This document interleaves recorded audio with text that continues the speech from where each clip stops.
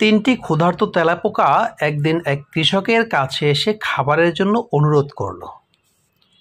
কৃষক স্বেচ্ছায় তাদের কিছু রুটি ও পনির দিলেন। তারা পেট ভরে খেলো এবং কিছু খাবার তাদের পরিবারের জন্য রেখেও দিল। খাওয়া শেষে কৃষক তাদের বললেন, শোনো তেলাপোকারা, সবসময় মানুষের কাছে হাত পেতে খাবার চাওয়ার পরিবর্তে আমি তোমাদের আমার খামারে কাজের সুযোগ দিতে পারি। এখানে তোমাদের ভালো বেতন, খাবার এবং পরিবারের জন্য নিরাপত্তাও দেওয়া হবে।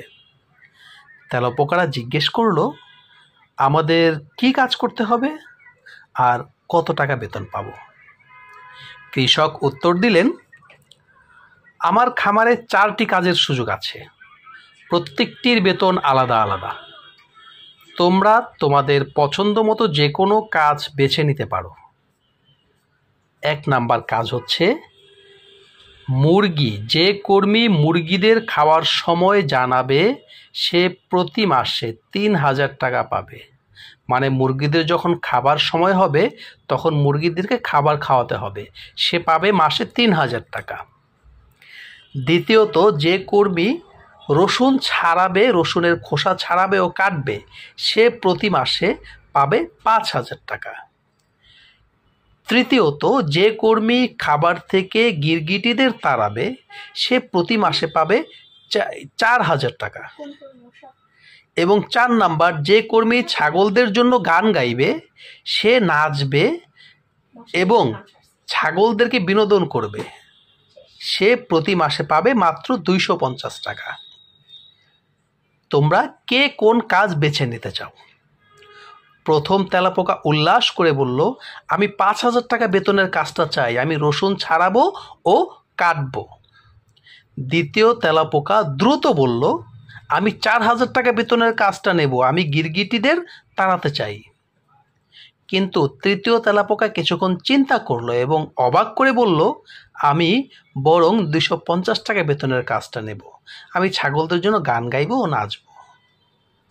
অন্য 2 তেলাপোকা তার দিকে তাকিয়ে মনে মনে বলল, এ কেমন মূর্খ, আমরা তো সর্বোচ্চ বেতনের কাজটা বেছে নিয়েছি, আর ও কিনা সবচেয়ে কম বেতনের কাজটা নিতে চায়, ও কি একদমই বোকা? পরের দিন সকালে 3 জন তেলাপোকা তাদের প্রথম কর্মদিবসে উপস্থিত হলো। কিন্তু কাজ শুরু করার পরেই প্রথম এবং দ্বিতীয় তেলাপোকা হঠাৎ মারা গেল। এই রহস্য দেখে কৃষক বিস্মিত হলেন এবং বেঁচে থাকা তৃতীয় তেলাপোকাকে ডেকে জিজ্ঞাসা করলেন, তুমি কেন সবচেয়ে কম বেতনের কাজ বেছে নিয়েছিলে? বেঁচে থাকা সেই তৃতীয় তেলাপোকাটি বলল, প্রথমত মুরগির প্রিয় খাবার হচ্ছে তেলাপোকা, তাহলে আমি কেন এমন কাজ বেছে নেব যেখানে আমাকে মুরগির কাছে যেতে হবে?